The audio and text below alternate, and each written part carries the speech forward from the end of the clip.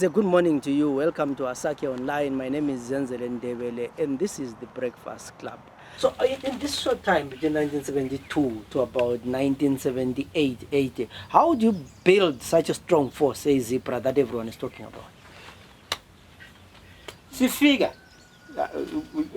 it is right ngiqalise kuhle sifika santi sichiye abanye eTanzania thina we smuggled sabuya by road sachapha ebusuku we were traveling at night sasize sokufika eZambia they arranged imoto zokusitha imoto yasatha wakhimi wasisusa eMorogoro wasiye eTunduma border crossing ngale sahlangana lo unleya umdala ukomeni unleya nguye nge-truck afike asithwale emini driver asithiye egangeni sokuntambama sebuye zosithatha took 2 nights ukuyafika civil exactly locus Lusaka from airport. Sifika ke lapha anti labana abanye ngithe mina bahamba eDK. The first group eyayilabo retired uMazina khonda lo uMachimi first operation. Then sisa operator ngaleyo ndlela ipart had asked for applied for further training, because further training would not say umuntu sefunda umbhobho sesiza khululilisha. They had to plan for almost all the detail departments, specialization. Soviet Union helped us. Sithe it was June 72. We offered the training. Babuyela, talking of late brigade, babuyela training. Sebe suka lamanye amakhetha ayevele ngapha eZambia sebehamba besiyajoyina labanye abafika eDar es Salaam besiya for further training eSoviet Union in special fields. Wakule reconnaissance, communication, abe artillery, engineering, security, le politics, and ama department specialties. Abantu ababesebenza buya bezenza into the field and apply skills that they learned. Logistics, armament and so forth. Konke lokho baba khona. I think there were kwakule 8 or 7 groups, special groups. That's when with the advice abadala ababe ababeyithola mina I was not privy to it in ama meetings ababewenza bengabadala, even lama foreign missions and so forth. Army would not go ukuthi benjani uma ngene bathi hayi sesiyabona iSoviet Union embassy and so forth. They were going through leadership. Leadership would organize, negotiate, and then come, or leadership would do this way. As ukuthi njoba sizafuna lokho senze njani nikanini proposals ukuthi nxa sicela lapha sicele lokhu la lokhu la lokhu. So these they would generate, give the leadership ihambe iyecela, and then iyebuya back to.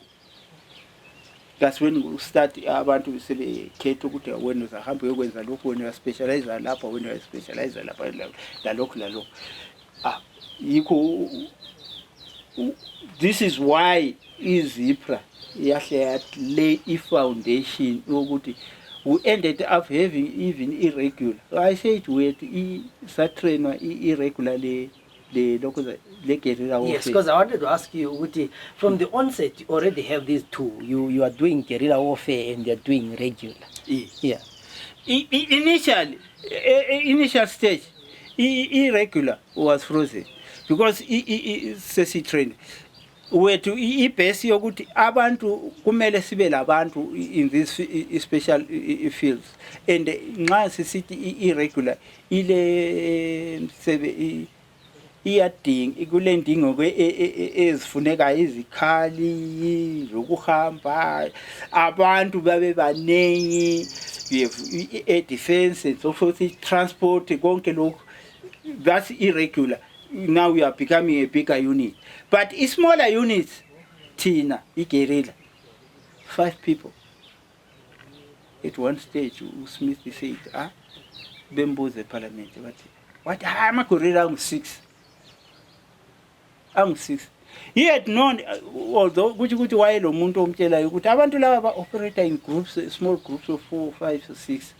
So, Sasa Shege, committee, what is in 6? Is accepting what bambuza bathi kathi nxa bengu-16 abungababambi. What is difficult? You always evade our security forces.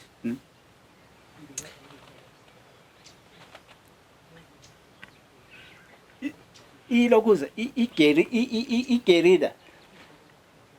Mainly, before we had to attack, say, a small concentrated enemy positions, we had to concentrate on mine laying, and the mine laying was so effective, and would announce our presence almost. Nxa singabe sile imine la bangadlula amakhiwo. Yeah. Sisuke sinasesiyilele siyele siyefaka sesingene the other point siyeleya futhi engeke kuqalele yana kumbe kuqalele. They will think abanye bebele. They will start now looking for abantu abaningi, many units. But it is the same unit yale imine la liyana.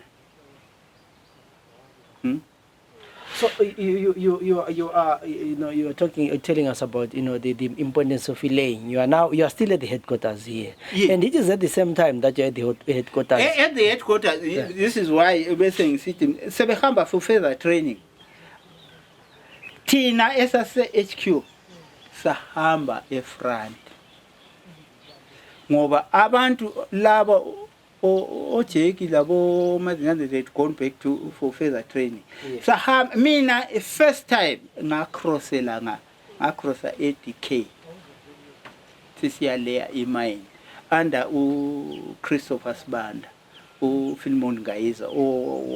He was now ngoba umnyamana has been assigned to intelligence unit party. Ngasala under the command of Christopher Sibanda. Sacrossa single 3. Sa-layer mine go fighting road busy. That's the first time. Abanye bese gone for specialization. Yeah. Part of 72. That is June, July, August, September, October, November, December. They return those people. I go back to the HQ.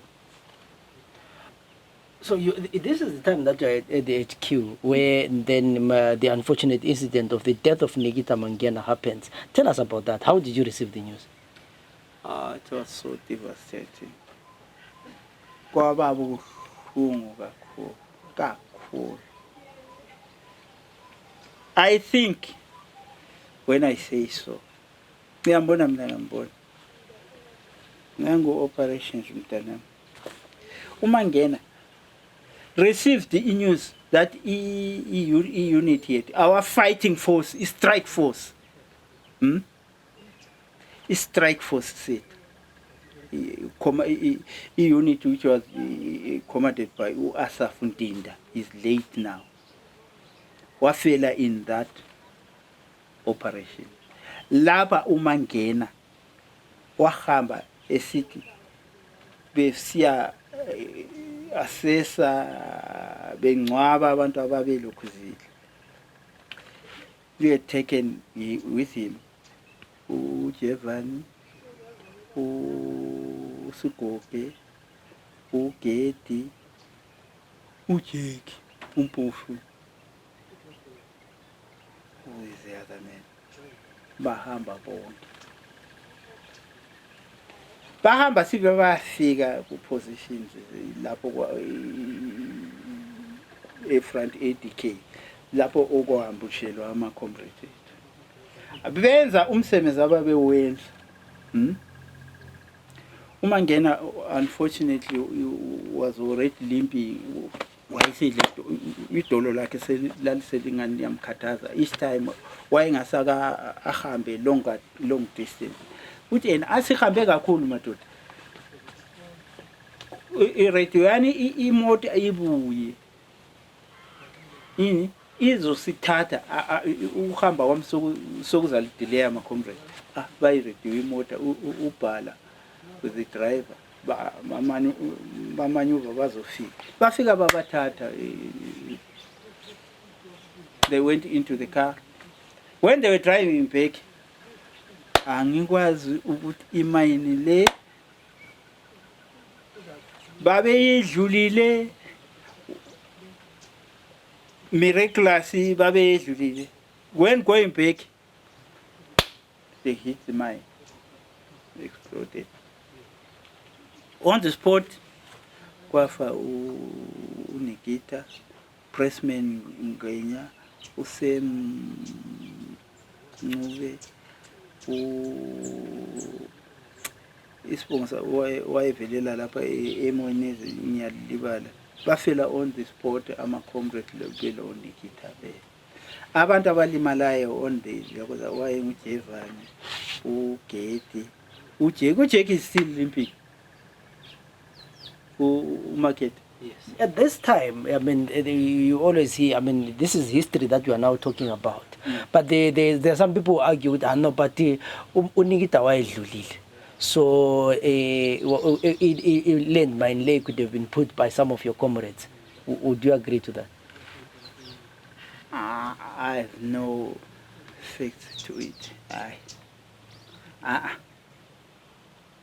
This is why it's miraculous. It's still a puzzle to me. Ngabe bedlulile besithi sebephenduka.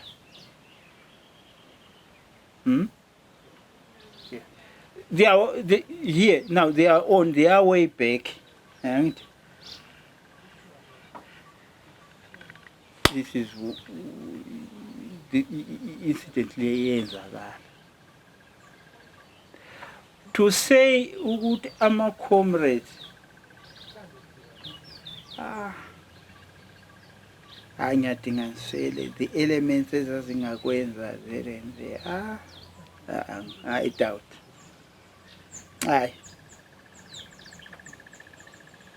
The love we had for one another,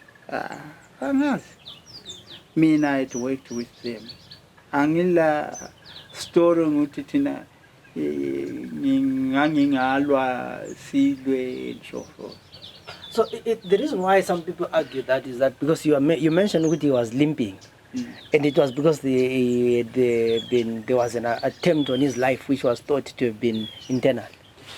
That one is earlier, far much earlier. And yabona infiltration yayisiba khona. The moment we started recruiting people coming in mass, some would even pass in our security checks, yes, intelligence. You will find elements, like I would say, like Jason, was to be knocked out. The moment you are very effective, the enemy would know, will always work to eliminate you. uJason sasihlala la ezinkambeni ezindlini almost all over, even the front ayefika Mangena was a man waye efront wayengayekeli, would want to see ukuthi instructions zakhe they are being carried out. This is one of the things that I want to ask you. I mean, people talk about Mangena as the guy who was strict, and tell us about his character. Why from training to giving instruction, was he that strict? Mangena was so strict and very sociable. Ngangikhuluma la mina ngihlala la ngihlale la mina for more than 7 full years working under him, getting instructions from him, going to even see ngomdala oJason konke lokho ngihamba la wayengumuntu owayefuna ukuthi instructions yakhe ayithe yona akwenziwe, wayefuna impumelelo, not by force ukuthi ngizakubulala if you have not achieved what I've given you, given you this mission. If you fail,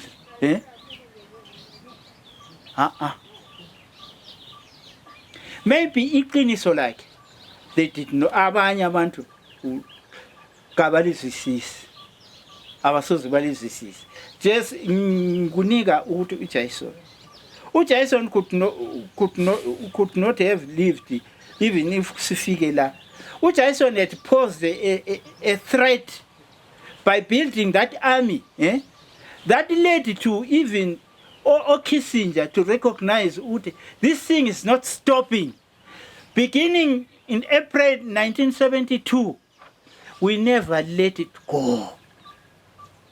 There was an activity, an incident from if the whole frontage from Ifeira to, although at different times, and you understand? Yeah. He had built, and they Kissinger, the Americans and the British knew they were not going to stop Guerrilla this time. Which I saw was not an easy man. And the line on a group I say Vele Labo, Venjo talk o Isani o Davengwa o Logoza o Akim Babengatengwa. No. Oslun de Gababengatengwa. They proved beyond they cannot be bought. Or Edward, they could not be bought to derail the struggle. No. So,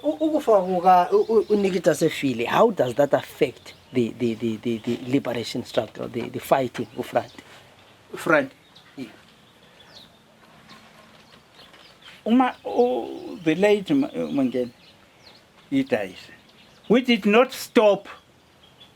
We did not stop. At that time,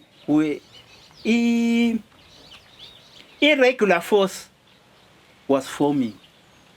We had our comrades, I say, trained Angola, Mlunguchi, and so forth. Which was in the process of, it's not an event to form a regular army. It is a process. You have to train these people specializing on this and that and so forth. Yeah. Yeah. We did not stop. We continued. Never did we let down that we did consider that we are not going into the country.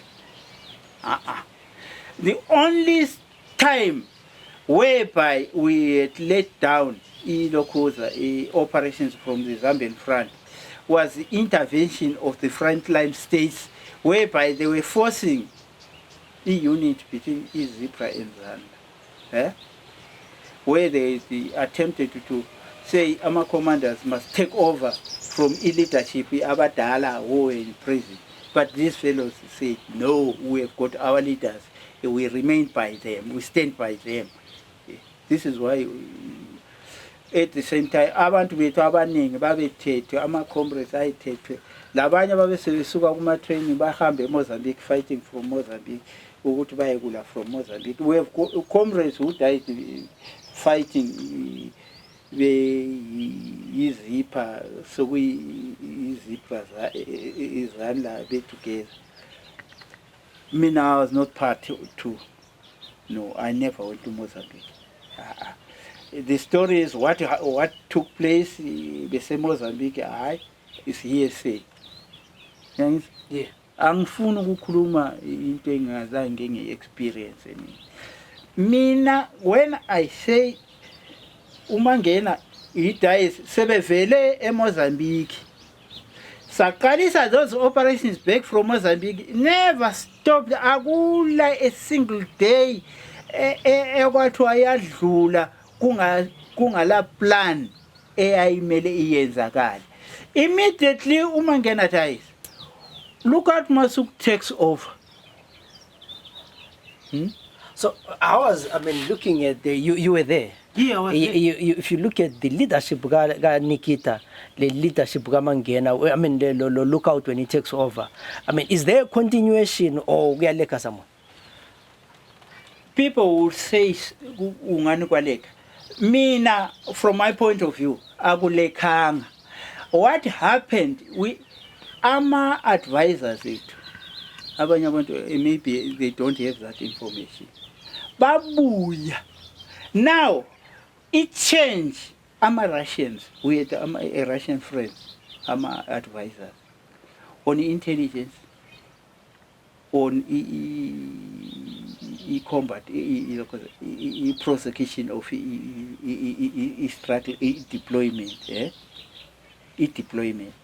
That's when we had our battalions under the command, the guidance of our friends. We had our 1st battalion based in Kariba, 2nd battalion based in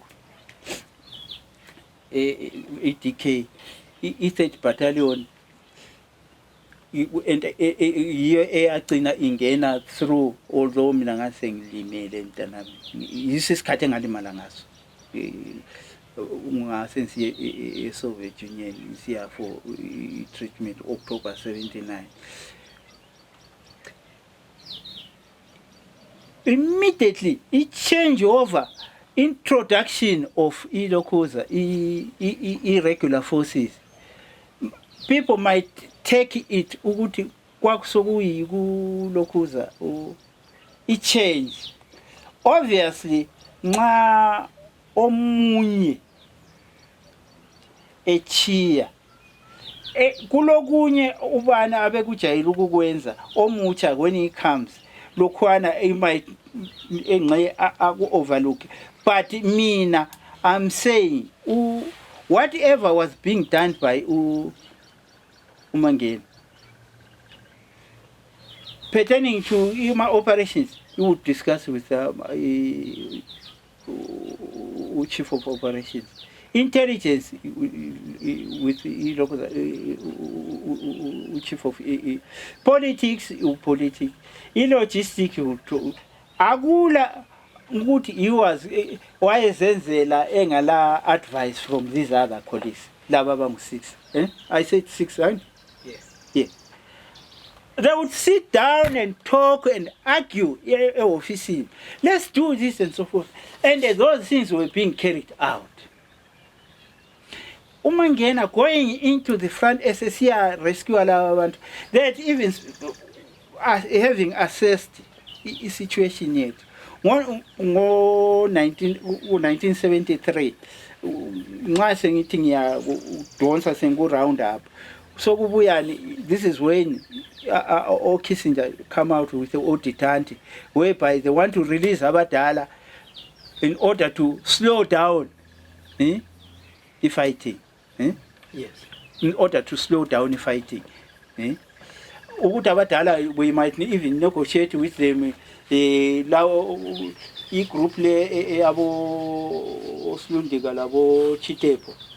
And they were already really deeply involved. They were deeply involved in armed struggle, prosecuting it. Although I can't talk ngabe izan laba operating that were operating independently under our party in the army. I can't talk much. Hi, Bobby says so and so. Tina, this is what we did. We were doing. Agula. There is no iota evidence. Ngabantu who have three objectives as parties, and the establishment of our irregular forces, where we had the Estrela or anti-aircraft units and all these other big weapons, or grad pay and so forth. Esasiziniwa ngama suppliers. They wanted to babona ukuthi izinto lezi were putting them into effect. We did ama guerrilla who went to assemble points.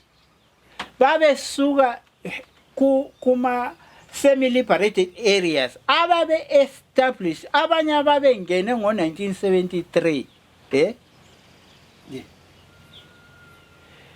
Noma kwaba le stoppage interruption besiyeza eMozambique. Coming eMozambique, they were there this 4 or 5 months. Then they came back. We resumed. Abantu we had ekhaya abasebehlala ekhaya, although they did not have, we did not supply them with ukudla. Abantu locals babe banika ukudla. They would come back for arms supplies eZambia. Sebehlala khonapha ekhaya. Kulo mambazo unkomo Gilbert, kulo Thodu umpisi uNdebele, uPeter Ndebele. Mention a few. Yes. And yabona lapha misconception ebakhona which is arising. Ukuthi death kaMangena affected us so much that we stopped the operation. We never changed. I was there. There was no time when I was saying, maybe we say training in Yugoslavia. I mean, I was there since the establishment of ZPRA command. I was there up to the time using Limala. There was no change whatsoever. And the tempo continued.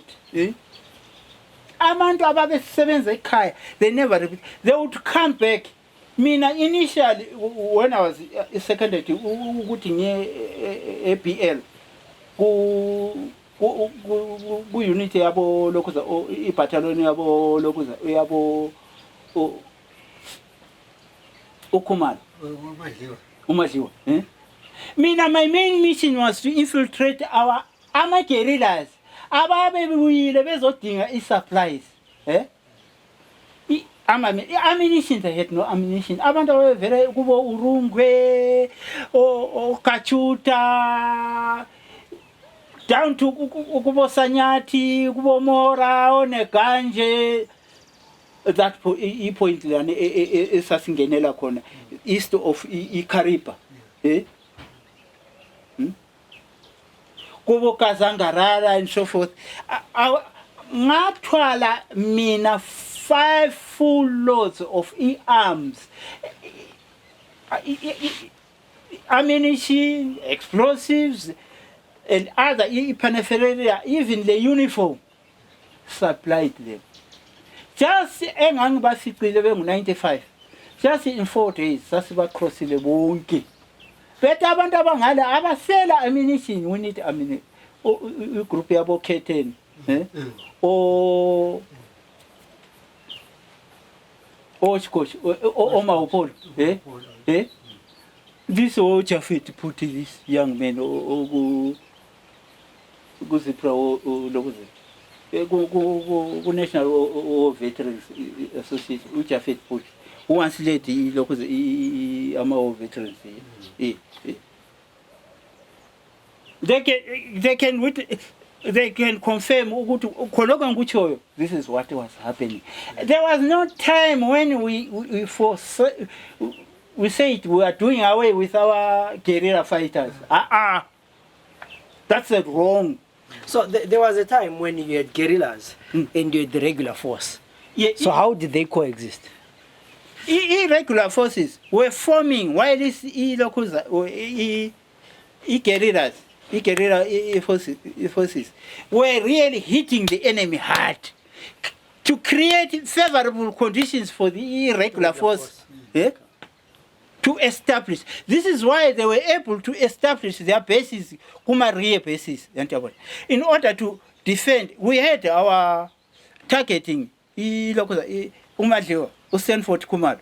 Yeah. They were targeting Harare. We had this second battalion. They were targeting Bulawayo. Yeah. Our regular forces, but the real forces on the ground were guerrillas. Umambas. Different scope. Unikora scope. Otojan. Taught in PC. He had been shifted from Livingston this other end. SF Khan, you say, northern part. Kachuta. Having seen what he is very effective, a soldier under him will perform. He will establish himself and spread. And they were spreading. The conception that we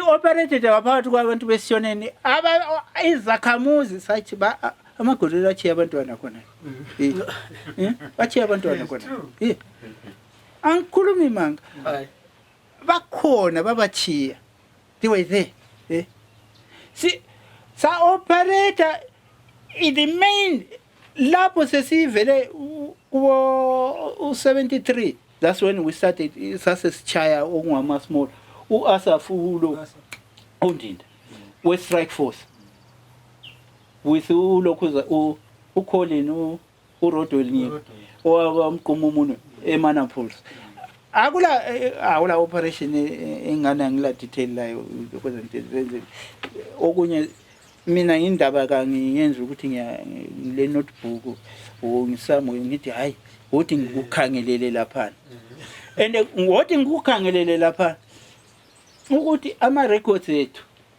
engwazi ukuthi amanye ama reports are typed by me. Mina ngizange ngibe trained esikolo se typing. Nga trainwa ngulokho uJet uMarho loDavingo. We gave me typewriter. Ngisenza ngomunye ngu2 ngaze ngakwanisa ukwenza ngayo yonke.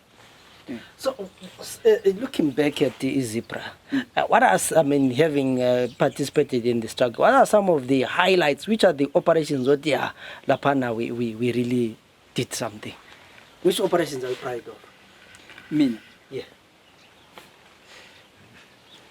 Why? We think it. Yeah. Annoyed. Yes, yayenza amakhiwa abakwazi ukuthi we are there. Intake if I count. Yes. 1. 2. Mining operation. Yayenza land mine. Yayenza ukuthi amakhiwa asuke from a front line by retreated back inside the country. But the operational area bahambe by air. If I count the mining, land mining, was so effective. Even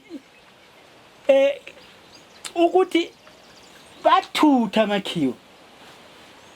Wilfred Mosoza, Ulachi, Moli, Davis, Gladmore, Takona Mpino, Bani, Besenza, all these things they were doing on back of mine learning.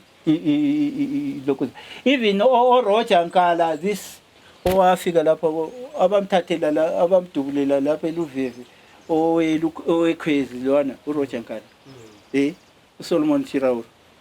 That was 1970 end of 72. Getting here kobulawayo phakathi la we have ama comrades who were sentenced owayehlala one of them wayehlala eMzilikazi was hanged.